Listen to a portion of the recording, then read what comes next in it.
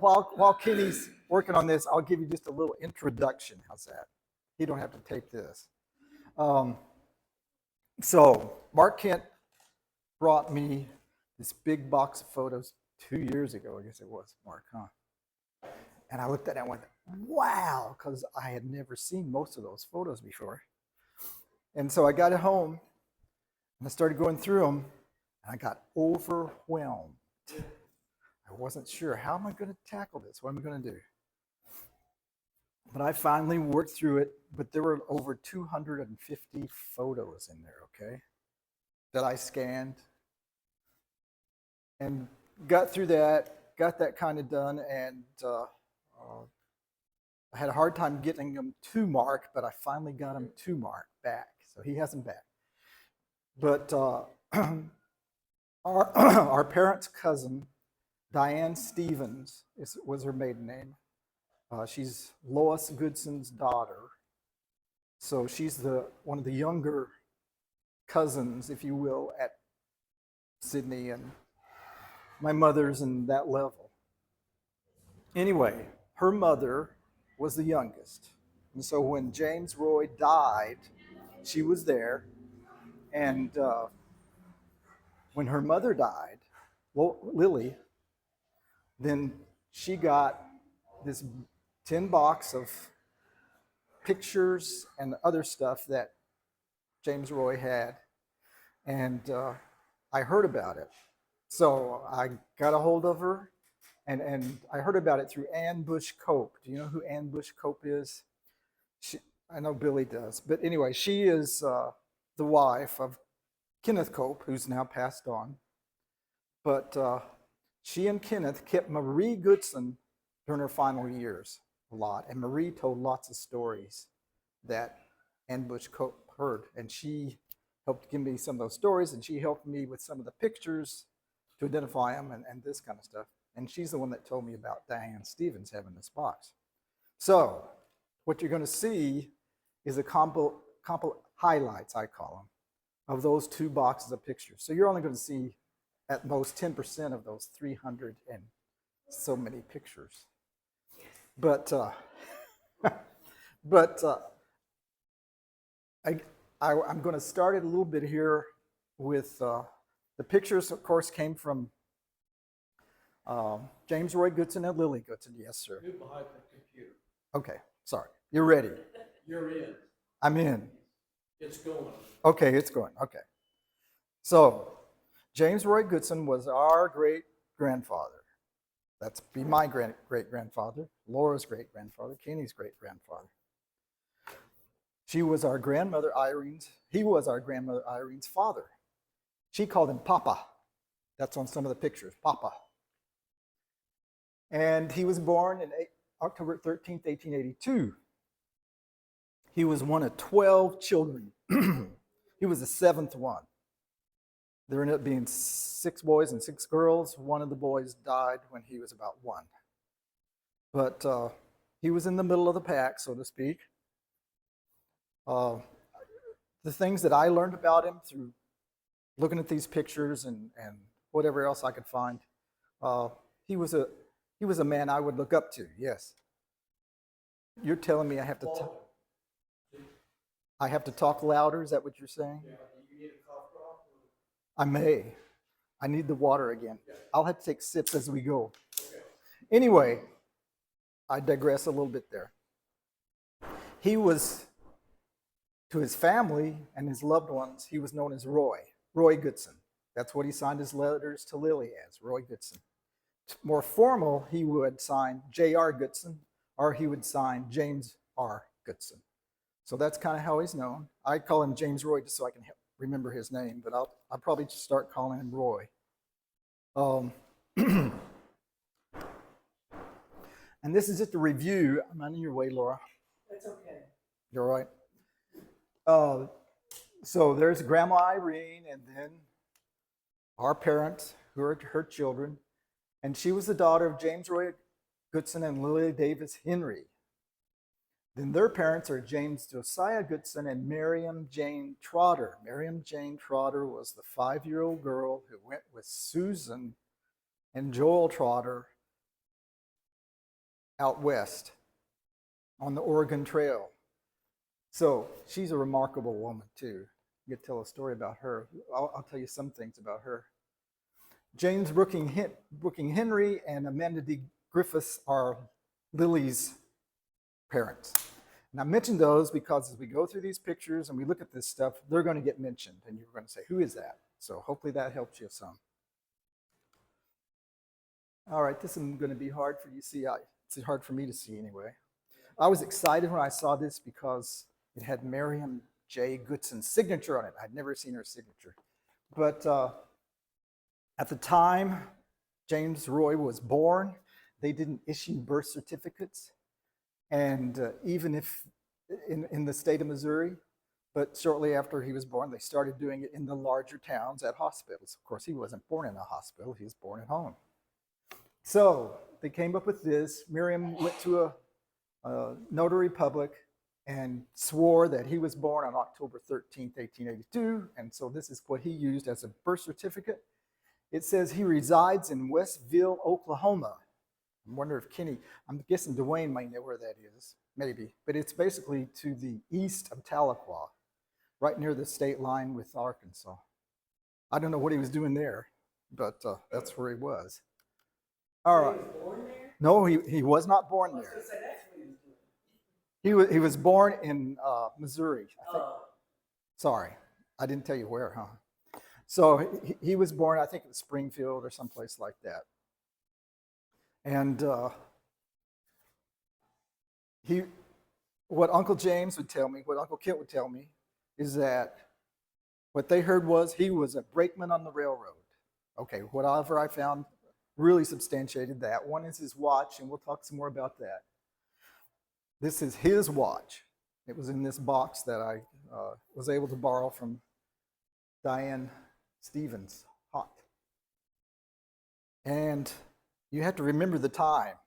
This was in 1900 or so that he started working on the railroads as a brakeman. And the railroads were a big deal then, okay? If you've been riding in the wagon all your life and suddenly you get on a railroad and you're going somewhere, it's fast. They were a big deal in the 1900s and on, and it was a good job for young men to get into. So he did that. It also was a time when people were out getting land. We'll talk some about that. James Roy wanted some land, and he wanted a good living for his family.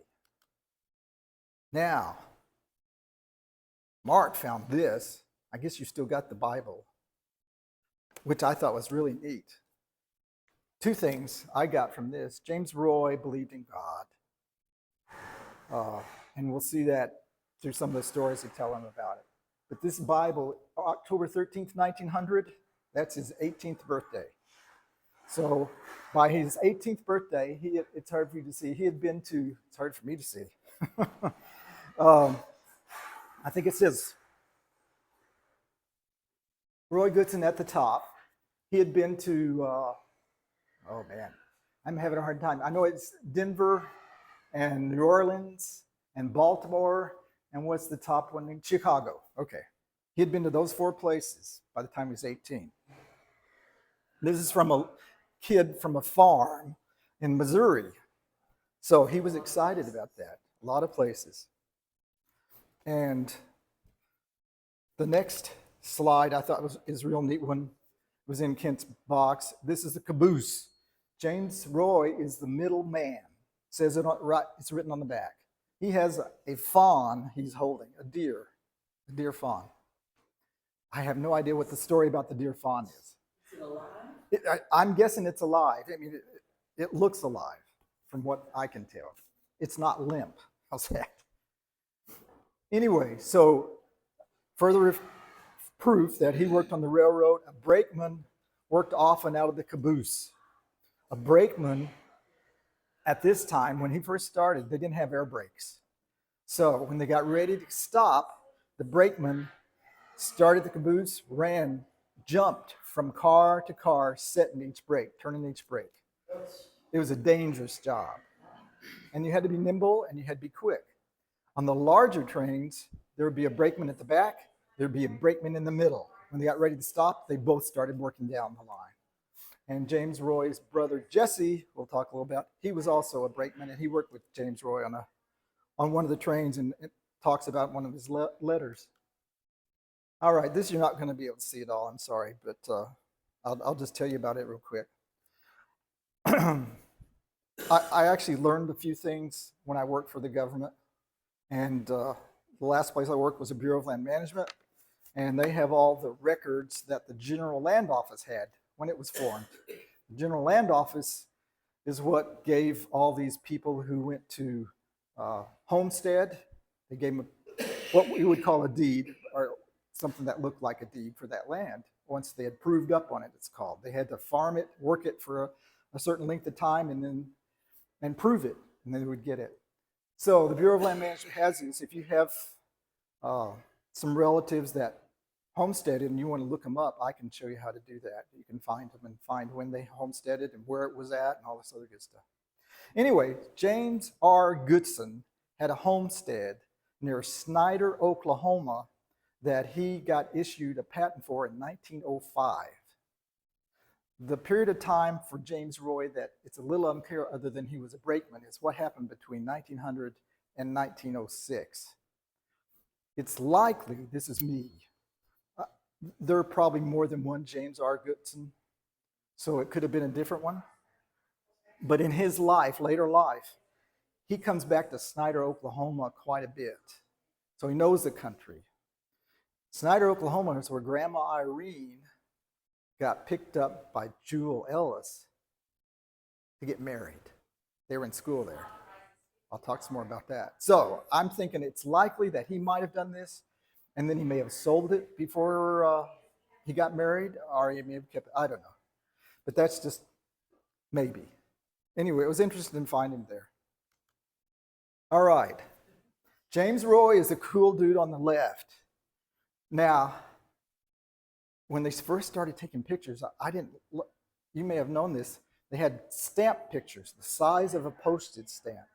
That's what these two on the left are, size of the postage stamp. And they had all these props that the photographer had there. So James Roy has a cigar, he has what looks like hundreds of dollars in his hand, you know, this kind of stuff. But this was on a little page that had postage-sized stamped pictures on it, and I don't know if it was Grandma Irene or if it was Lily that wrote it on there. This is Roy Goodson right there. The top one is a picture of Lily and her two brothers. So it's early 1900s. Just showed you that. The one at the bottom, I may talk some more about, but that was a postage stamp too. One lady on the left is Lily, and she was Lily Henry before she got married.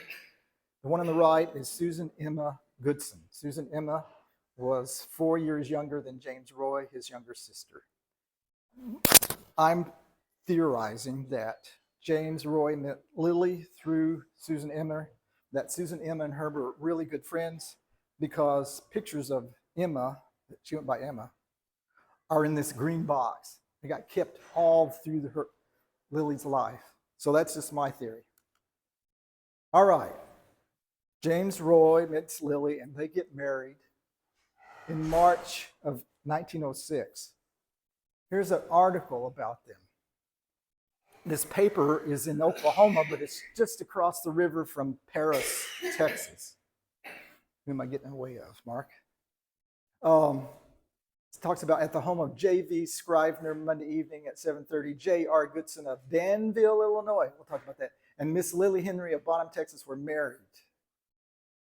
They left on the southbound Frisco Monday night for Sherman, Texas, where they will make their home. So J.V. Scrivener is married to a woman who is Lily Henry's first cousin.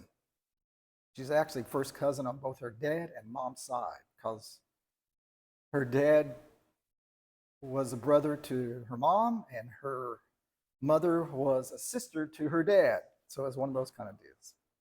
Anyway, but Eva Griffith Scrivener will be an important person in Lily's life as we go through her whole life. Here's a marriage record they got. See it signed J.R. Goodson and Lily Henry. So they get married. You can't, I know you can't read this writing because it's hard to read otherwise. But I tried to, there were like 13 letters, 12 or 13 letters from Roy to Lily, first year of marriage. And very sweet letters, some of them very sad letters, some of them. Roy basically wanted to provide for his family. He could earn between $4 and $5 a day working as a brakeman. If he worked as a farmer or other common wage, he could get $2 a day. So there was a big difference. So he's trying to do that. The problem is Lily is stuck back at home, not with him. And he writes this one from El Reno, Oklahoma.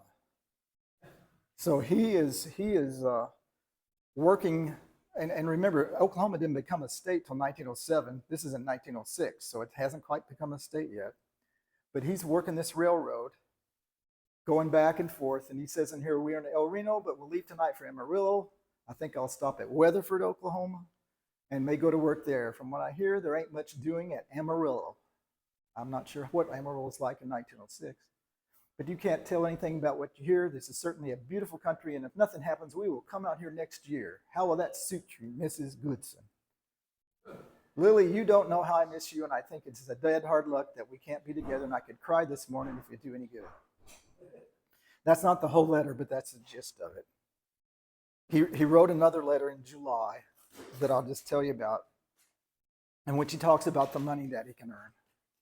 And Lily wants him back with her. Lily, in July of 1906, is pregnant with Marie, okay? She's going to be born the next year. So Lily's mother's with her, so that's good for a while. Anyway, these letters are marvelous, and I transcribed them all. All right, to keep this time frame between 1907 to 1915 or so is pretty quiet as far as evidence of what he's doing other than being a railroad man and other stuff. But the kids are born. So Lily Marie Goodson's born in 1907. I think she was born in July or something like that. In Carson, Texas. When I first looked up Carson, Texas, all I could find was Carson County, Texas, which is in the Panhandle. I thought, what? But when I started looking at these letters, there's a postmark that says Carson, Texas on it. And it's one that he had written in Oklahoma, and it's going all these little post offices, stamp, till it gets into Bonham. So I looked up Carson, Texas in 1906. And Carson, Texas in 1906 was a little town in Fannin County, Texas, north of Bonham. And in 1907, they lost their post office because they had too few people. So it's a little place.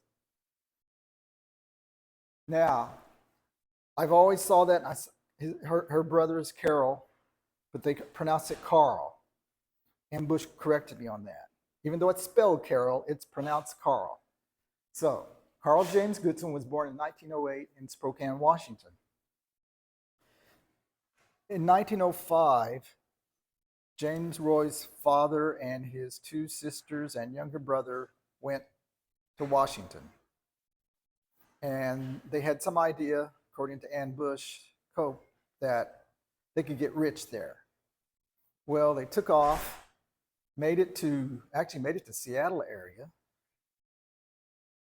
came back, and ended up near Spokane, Washington, on the western side of the state. Susan Emma, Roy's younger sister, started teaching school. Her sister met a man, married him. Susan Emma caught tuberculosis. Her sister came to take care of her. She caught it.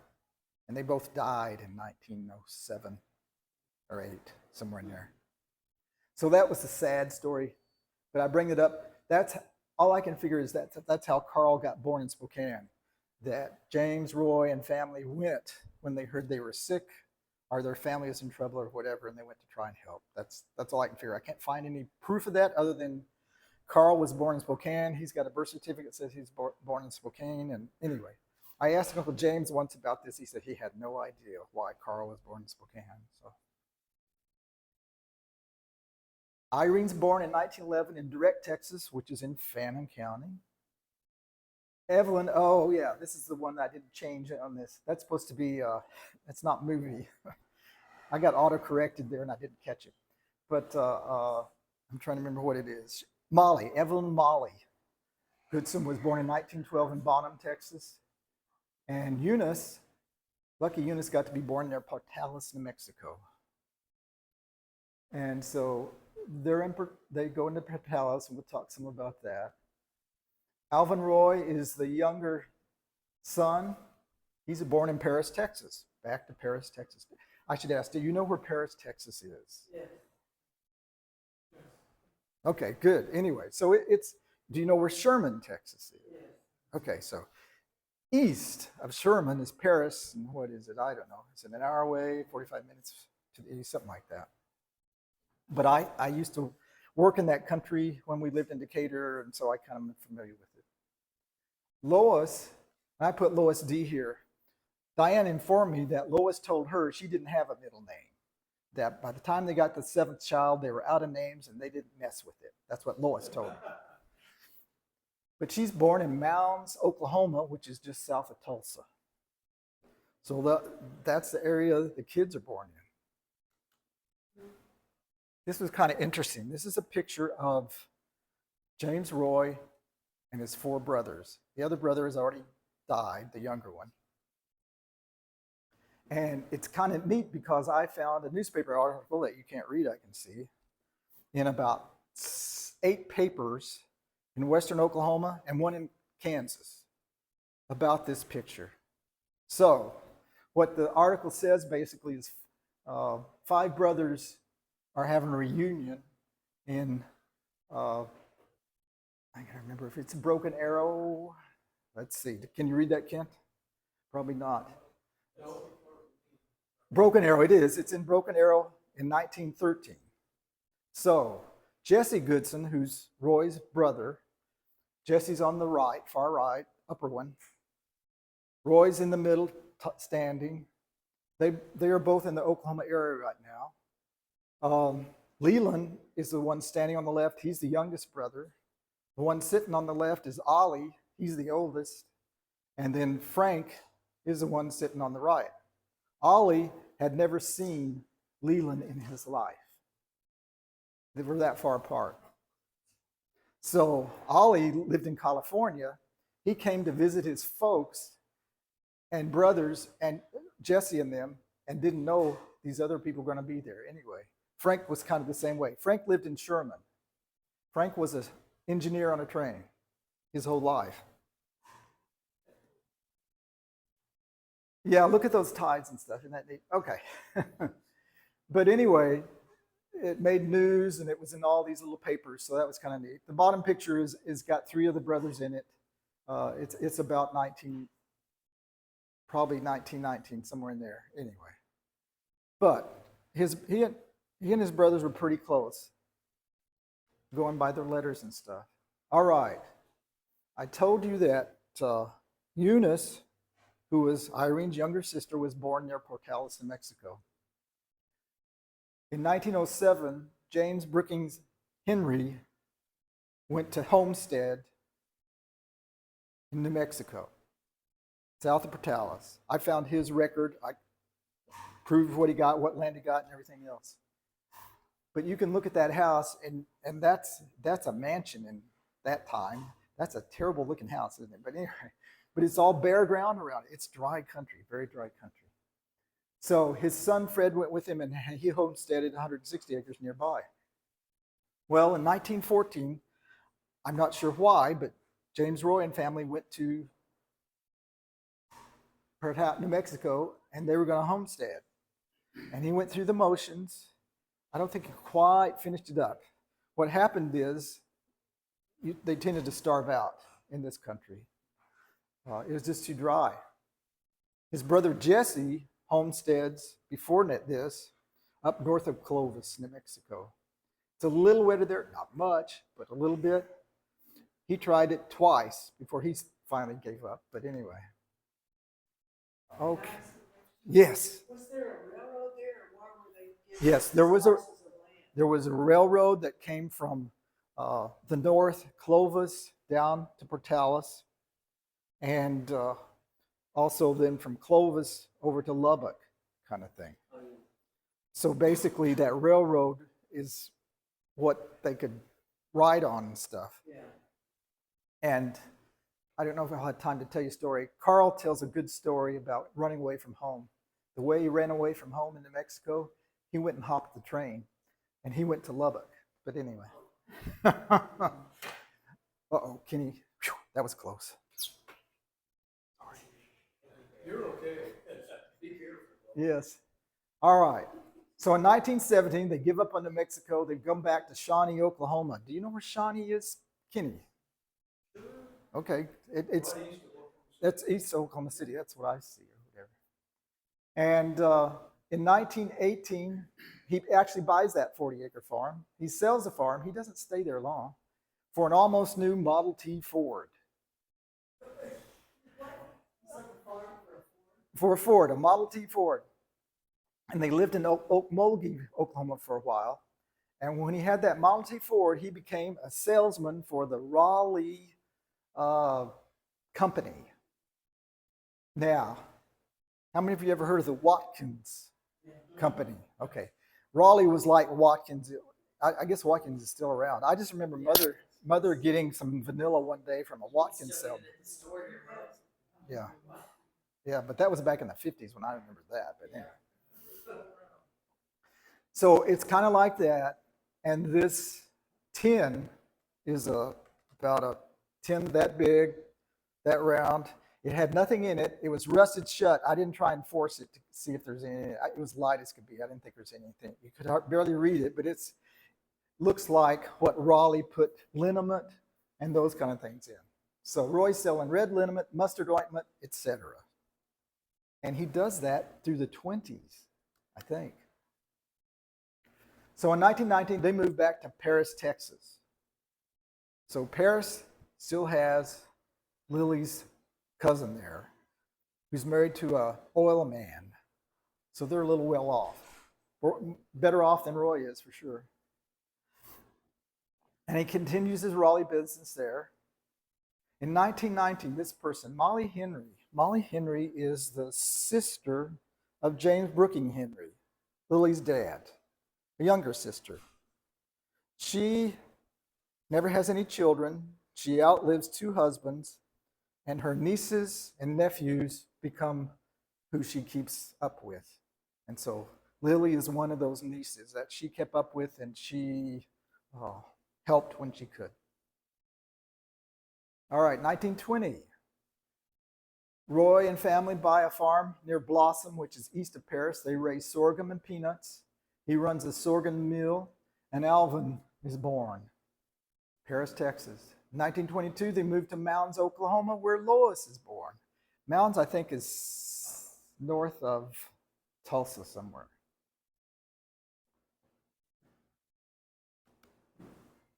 But then in 1923, they go back to New Mexico.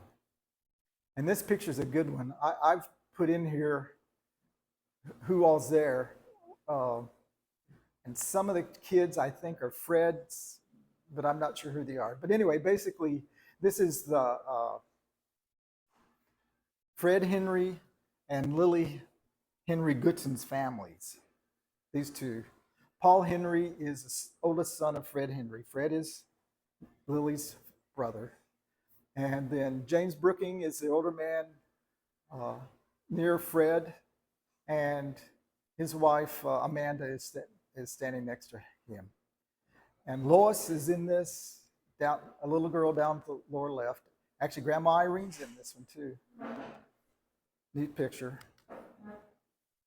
Okay, 1925, a couple more years. They moved to Kanawha, Oklahoma, which is not too far from Shawnee country. So it's east of Oklahoma City. I found an article in a local paper about J.R. Goodson, a new Raleigh man, moved his family from Francis to Kanawha Wednesday, where they occupy the residence owned by Hugh Bowles.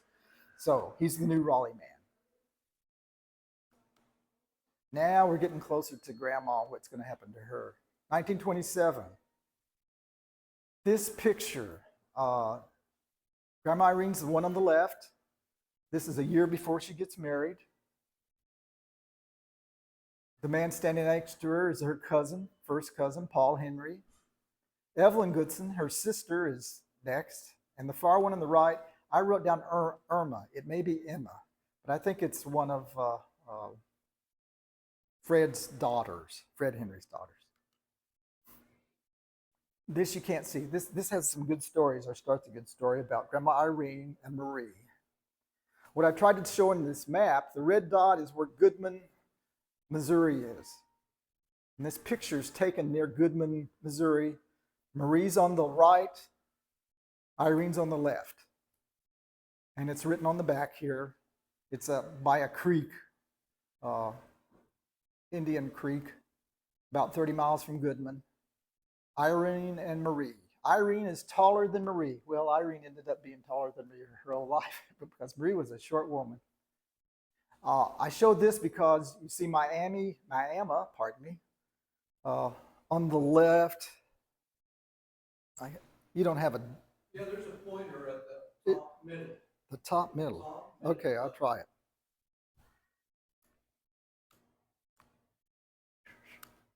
Well, it's not liking me.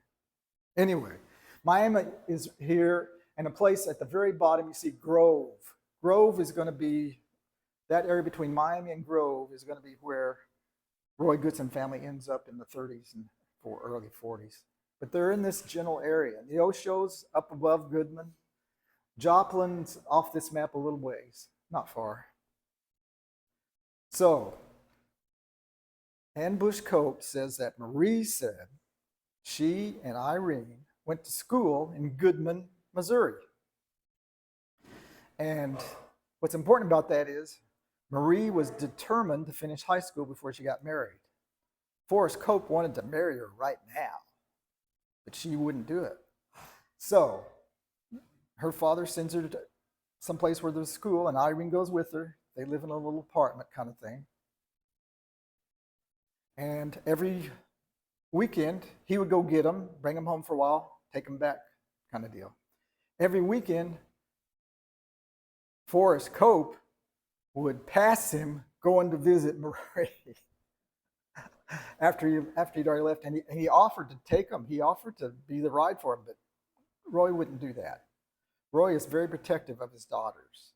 That's an issue that we'll see. So, what happens in 1928, I think they got married in April or July, the summertime. Marie finally finishes high school in Oklahoma. Well, where she finished it was in Snyder, Oklahoma, where Grandma Irene was. And then goes to a relative in Texas where Forrest meets her and they get married. They eloped because Roy would not agree to it.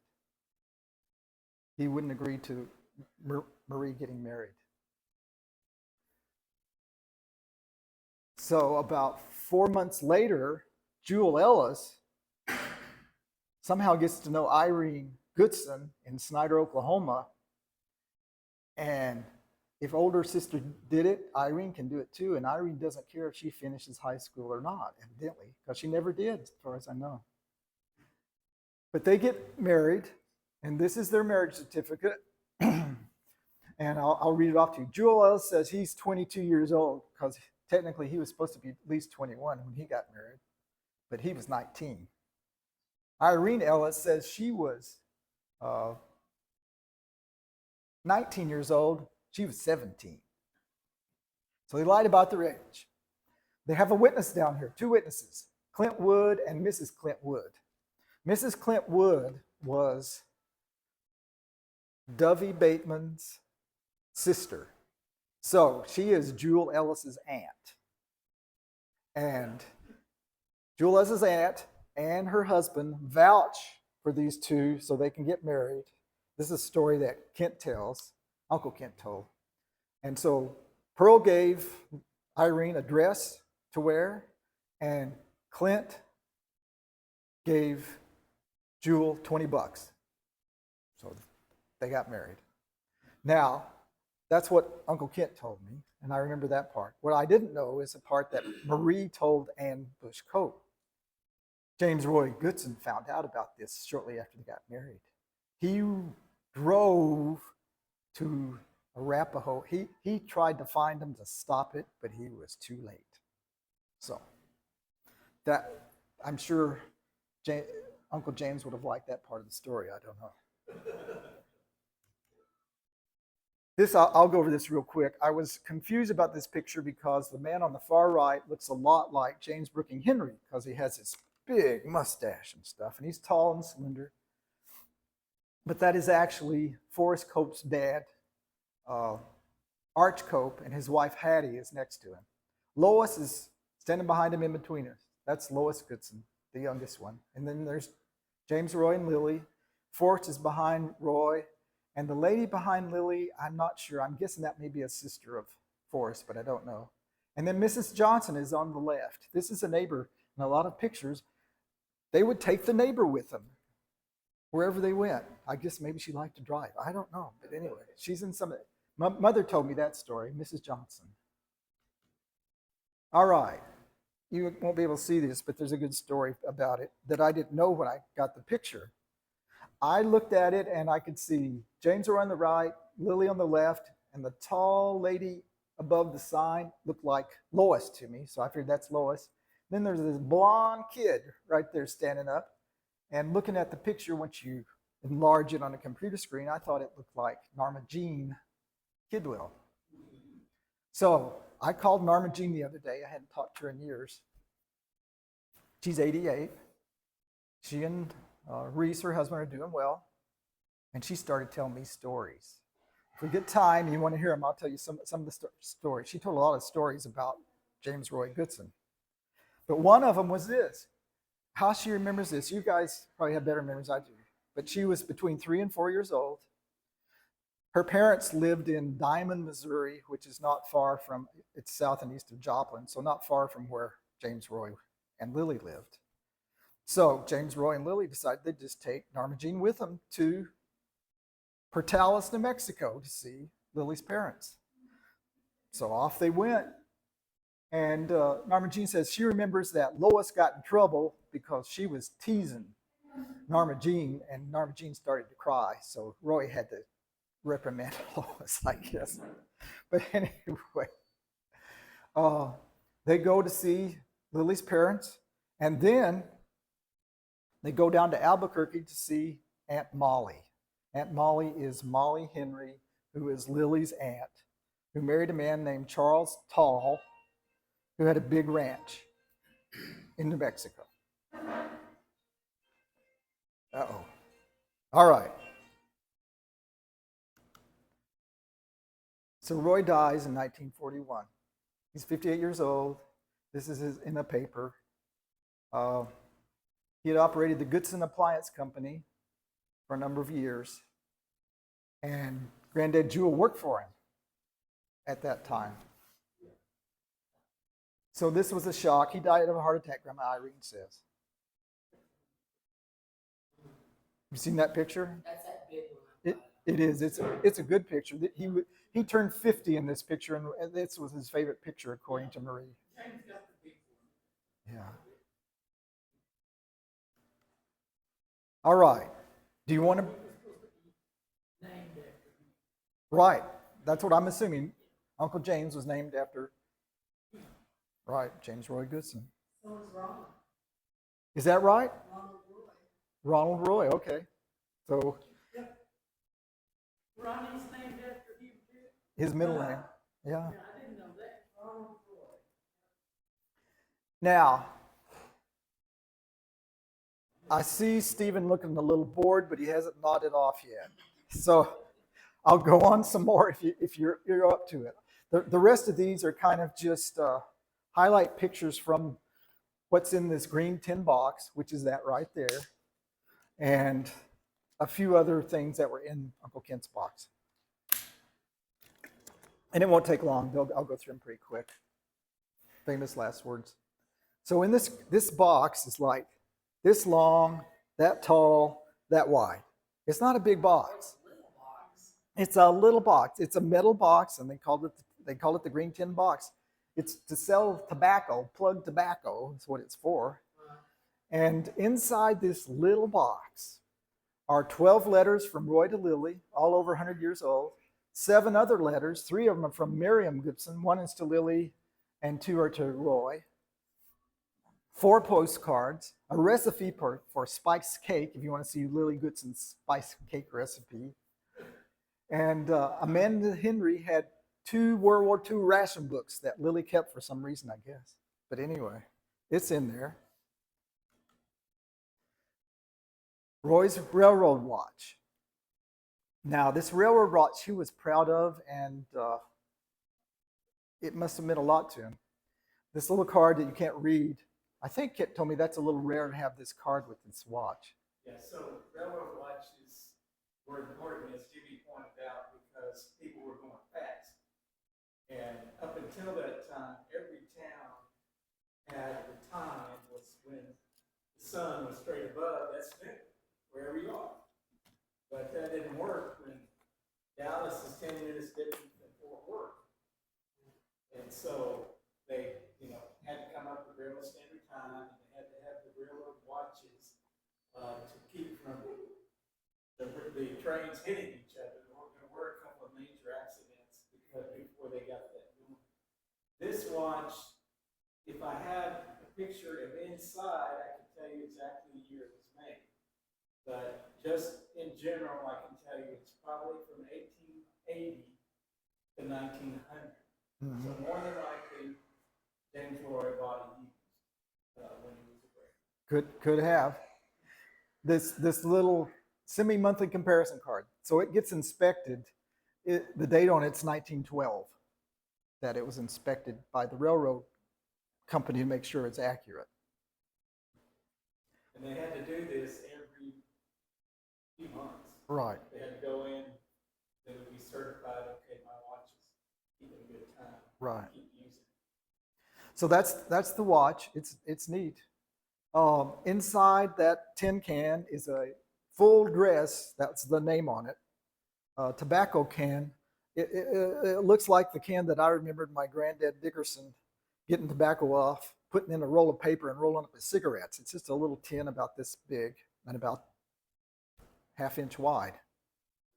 Inside that are 23 tin types. Now, do you know what tin types are? They're a type of pictures. They're one of the earliest type pictures. So they didn't put the chemical on paper, they put it on metal. And I'll show you some of those. I was able to identify 4 fairly confidently. The other 19, most of them are young men, some young ladies. I'm guessing they're Goodsons, Henrys, or Griffiths. That's what I'm guessing, but I couldn't tell you who they are. But I have them scanned. There's 34 photos in it. There's the salve tin that I showed you the picture of earlier. Roy's straight razor was in this thing. He had a billfold. His billfold, the last billfold is in it. Has a fishing license in it. It says 1941 on it, I think. Oklahoma fishing license. And there's a sewing thimble. I didn't realize this, but the sewing thimble has a piano company stamped on it. So they gave these out to encourage people to buy, to advertise, if you will. Freebies, I guess. I don't know. You can look it up if you want, really interested, but that was weird. There was a 30-30 cartridge in it, a bullet. And Diane had no idea why that bullet was in this box, but it was a live bullet. And we ended up, I asked Diane's permission, I had my son-in-law take the powder of it and the primer out of it. And because I was nervous in this metal box, this thing rattled around during shipping and stuff. So anyway, but it was still good. The gunpowder was still good. My son set it off. He burned it and stuff, Okay. These are the tin types. You've seen the one on the left before. This was an actual tin type. The only one that had any identification is the upper right. And you won't be able to see it, but they had written in fine ink, S.M. Henry. Squire M. Henry was James Brooking Henry's younger brother. He became a doctor. He lived in the Bonham area for a while.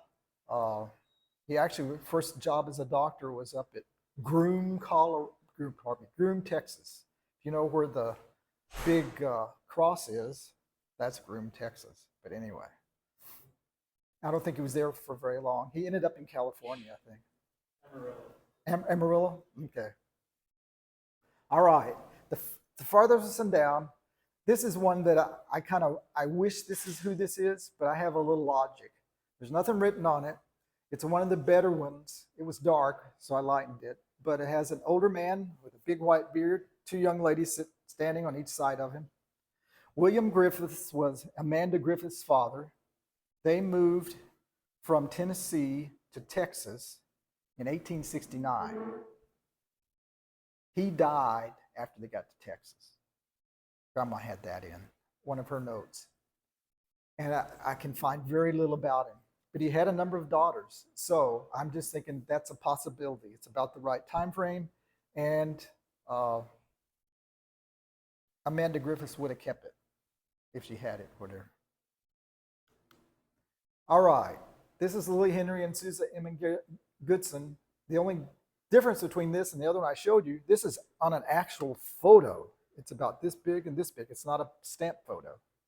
So Lily or somebody had it enlarged, if you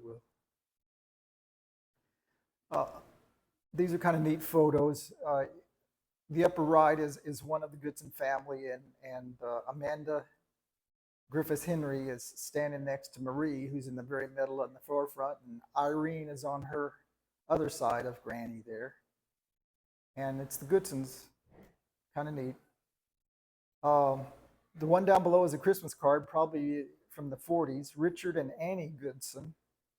Annie was James Roy's sister, and that's one of the few pictures I found of her, but that was in here. There was nothing written on the Christmas card. It was just the card kind of thing. All right, these you won't be able to see. These are example of postcards. The one on the left, Alvin Goodson, James Roy and Lily's youngest son, wrote this from Mexico City. He liked to go to, he went at least twice to Mexico City. Roy's mother, Lily. The postcard on the right is from Squire Henry to his brother James Brooking Henry in Redland, New Mexico. Anyway, it was kind of a fancy for that time, I thought, little postcard.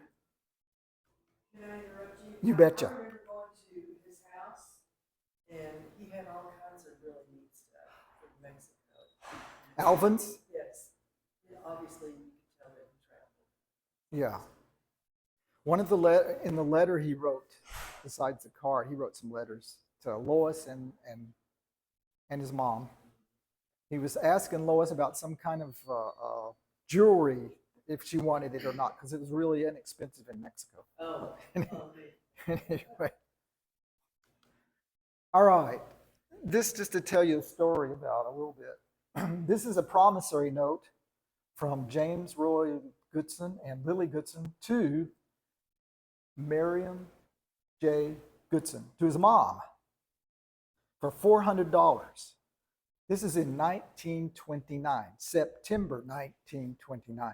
$400 was a lot of money in September of 1929 when the stock market's going bust and all sorts of bad things are happening. And how she had that money, I don't know.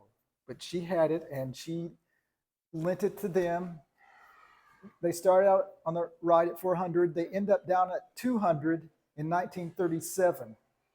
So that's some like 7.5 years later, they had paid half of it off. But one of the letters from Miriam to James Roy talks about finances a little bit. James Roy wasn't the only one she lent money to. She lent money to two of her son-in-laws. She accepted some money from Frank, her older son, back when they were in Washington, and she kept track of that all these years. That was in 1907, and see, this is the letters in 1930s or whatever. She wanted to pay him back. Anyway, a remarkable lady. All right, this picture was in Uncle Kent's box. It's a neat picture. So Jasper and Lucy Henry are our great, great, great grandparents. So they are James Brooking Henry's parents, who's Lily Goodson's parents, who's Grandma Irene's parents, and on down. Only picture I've ever seen of them. This one, it's just a neat picture. One of the better ones. Doss is Molly Henry's first husband. Can't find hardly anything about him. I don't know how he died, but he died evidently pretty suddenly. 1918, 1919, somewhere in there. All right. The title up there is Robert and Martha Griffiths. That's who I believe the two adults are here. Martha is James B. Henry's oldest sister. Grandma has a writing about that. Martha's first husband died, and she had some kids. And so they came to live with the other Henrys, and she ended up marrying, James, she married a Griffith. Now, I put Robert up there because that's what the records show, and there's a lot of documentation for it. Grandma Irene or somebody had written on the back of this photo, James, had written a different name. They had written James for the adult there. James is a younger boy. That's his name. So just be with you here. But Edith Griffith is the first cousin that Lily's going to be involved with a lot. And she's the little girl on the right. And here's her picture again. Again, they had some money because she had a pretty good picture. She lived mostly in Fannin and Lamar counties. Lamar is the one around Paris. And her husband, J.V. Scrivener, was an old man and relatively well off. So James Roy and Lily got married there in, what did I say, 1926? 1906, pardon me. And then, like 30 years later, her son, Alvin, gets married in the same house. This is a picture of Frank and Mamie Masterson. Mamie was a Goodson. She was James Roy's 2-year younger sister. She's one of them that died of tuberculosis. This is, again, Portales. The Henrys are on the far left. You have to get a magnifying glass out to figure it out and stuff. But they got some names on that. That's good. This is James Josiah Goodson, our great grandfather. Did I get right? I think. Only picture I've ever seen of him.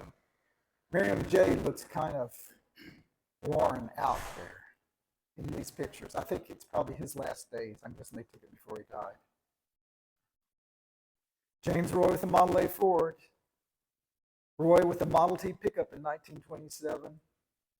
Roy and Alvin on the right, and Lois raising turkeys. Pretty good sized turkeys, looking at the size they are with Lois there anyway. This is an interesting photo. Have I lost you all yet? Are you still with me? Here's why it's interesting. So Lily Goodson is the person on the far right. Nora Goodson's on the far left. She is the wife of Frank Goodson, who is Roy's older brother. In the middle is a guy named B.B. Bristow.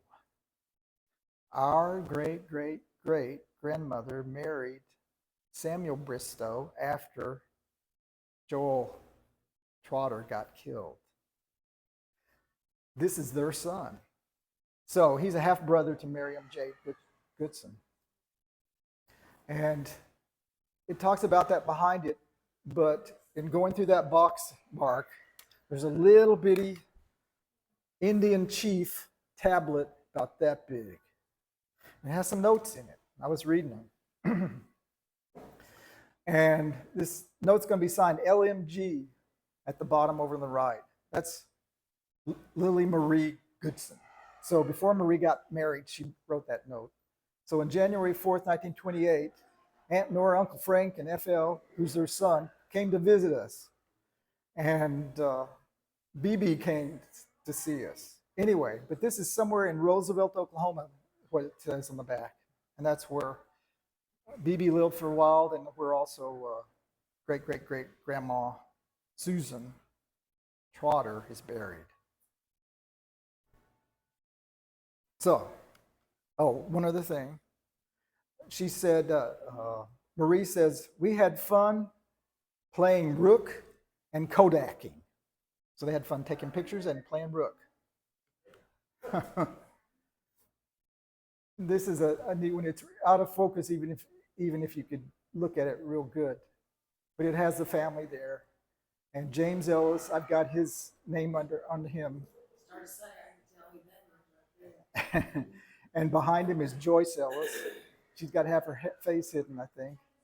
And over to Joyce's right is Shirley Ellis. And over to Shirley's right is Sydney Ellis.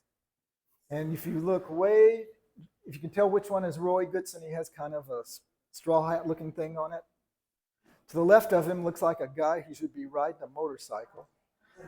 That's Jewel Ellis. So he's there for that. It's a neat hat. I'd like to see that. Anyway, Lily Goodson's, this is after James died, a picture of her walking down the sidewalk. And then Carl and Eula get married. And I saw this is one of the pictures that was over here. This was a neat picture, I thought, a really neat picture. So after James Roy died, Jewel couldn't make it there just on what he was doing, so they went back to Washington in the wintertime. And I think this is January of 43, worked on the orchards there. They don't stay very long, they come back. But it's a neat picture of them because the young man on the far left is Sydney, and he reminds me of somebody named Kenny Ellis when I look at it, but anyway. But Joyce is happy. Mother doesn't look too happy there. I don't think Mother wanted to move. I think she liked her Aunt Marie, but anyway. Kent's down at Grandma Irene's feet, and there's James Roy again below Jewel. These are some old pictures. Go real quick. Carl is in the Navy uniform. He's about to go off to Battleship Oklahoma. This is just before he leaves for the Pacific. He's going to be on the Battleship Oklahoma during World War II at the end of the war. Irene, it's hard to tell. She's standing next to him. And her sister Evelyn and her husband Garland Cope is next to her. The upper right one is Lily on the left, Irene in the middle, and Marie on the right. And there's a picnic. There's a lot of Goodsons you can recognize if you get your magnifying glass out. Norma Jean is in this one. Young lady on the left. And this is Lily and all her daughters. I'm guessing this was in the 40s, but I don't know for sure. Late 40s, maybe. The picture on the upper right, it's hard for you to tell because you can't see, but it says Kent, 3rd grade. And Kent is the bottom row, second from the left. 3rd grade. I think I sent that to Mark and you guys. That was neat. Anyway, and then the bottom right is Steve Stevens, the father of Diane Stevens, who was tragically killed in an automobile accident in 1962. I think she was 13 or something. Okay, Billy. I don't know if it's going to be able to tell much from this picture or not. I can't tell. This picture, part of it doesn't make a lot of sense to me because of who's in it. But I recognize Mom and Dad. I got that part in there. I recognize James and Billy. I recognize Donald and Joyce. I recognize Eunice and Walter. There's Sydney and Max. And there's Ron. And there's Laura, that her mother's holding her. And Rhonda has a neat set of cowboy boots on in front of Billy there. And That was taken at deal, wasn't it? I don't think so, but I don't know. All that's written on this, there's nothing on the back. I thought there was. There's nothing on the back. I went back and looked at it. Yeah, I think that was taken at deal. If it was taken at deal, then it could have been, because that would make more sense, at least if it wasn't at deal, someplace where Othel, Jewel's brother, would be. Yeah, that's. Anyway. You said that was, that's not. It's hard for you to Is see. that Grandma Ellis? You said Grandma Goodson? I said Grandma Goodson. No, Grandma Goodson was never in Oklahoma. Yeah, I'm guessing she wasn't too. I don't doubt that. But Norma Jean's kneeling with her 3 kids on the floor, and Reese is over to the right of her. So that one, it has them all together, and they're celebrating something, I guess. Christmas, probably, yeah. There's a tree in the back. Yep. Where are you, Jimmy? I'm not there, and Dwayne's not there, at least in the picture. So I don't know what's going on. Where am I? And you're not there. Pardon me. I don't think Kent's there. Yeah. So I'm not sure where the rest is. Could be. That's why I think that was Grandma Ellis. You think so? Could be. I think that was Grandma Ellis sitting there in that chair. So I think that was the deal. Okay. Because Othello and you were there. Right. Right. All right. These 4 sisters here on the left. It's Evelyn, Lois, Irene, and Marie. And I'm guessing that was in maybe the 70s. I don't know. Didn't have anything written on the back. What is that? What kind of hairdo is that? 70s? What do you think, Jay? Well, of course, you didn't do much hair in the 70s. I don't think. I sure did. All right. Yeah, lots of spray. Yeah. The upper right has got Alvin Goodson on the left, Grandma Irene, Lily, Marie, Lois, pardon me, Evelyn, then Lois. And I think it was taken in Missouri sometime. The one on the bottom right is Grandma Irene and Marie. It's in 1984. They're on the road in the mountains of Colorado with Mom and Dad, my mother and dad. And these are just neat pictures. There's 3 of them of Granddad Jewel. This is the last ones. So Jewel standing next to Irene by a 1950, I can't remember if it's a Chevy or Buick, but anyway, a GM car, neat looking car. And then whoops, I went too far, Kenny. I hope I didn't go too fast. So, upper right is a 65 Chevy Impala that Granddad Henry had, probably Granddad Jewel had, and Irene. So it's sometime after 1965, I guess.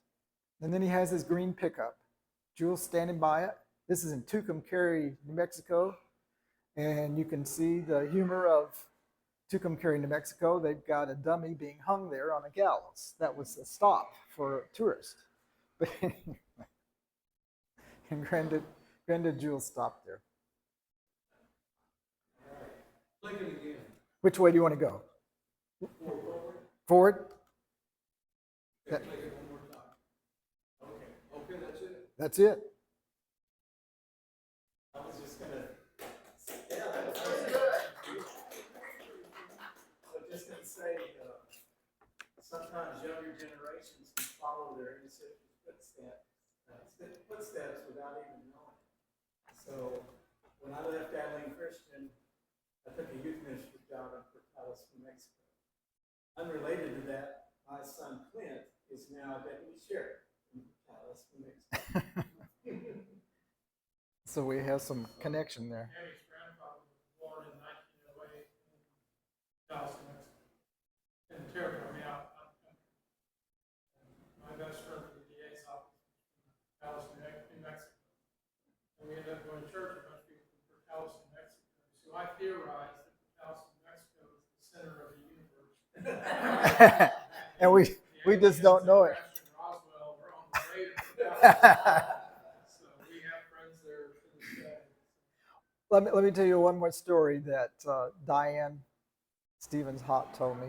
I've told Kenny and Janice this story. Anyway, her mother, Lois, told Diane this story, that Roy and Lily Goodson were going down the road with a team and wagon. They had a load of apples. They were out taking them to market to sell.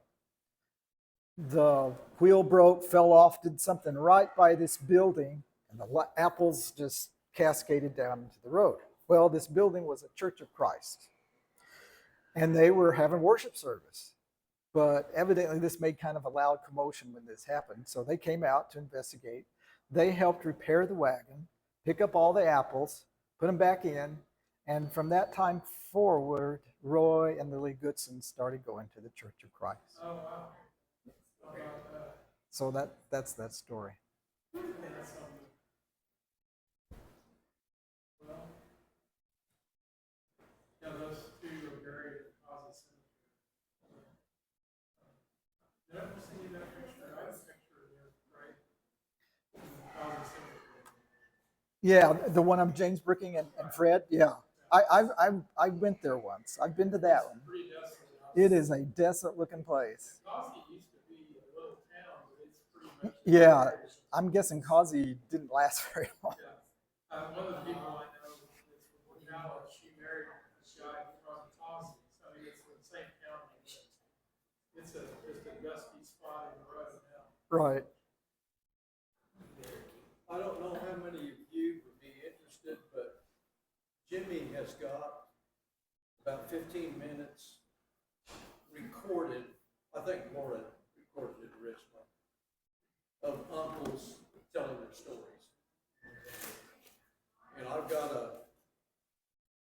a speaker here, and he can hook it into the computer, we can listen to it if we want to. You want to take a break? Yeah, we can take a little break. Let's take a break. That might be good.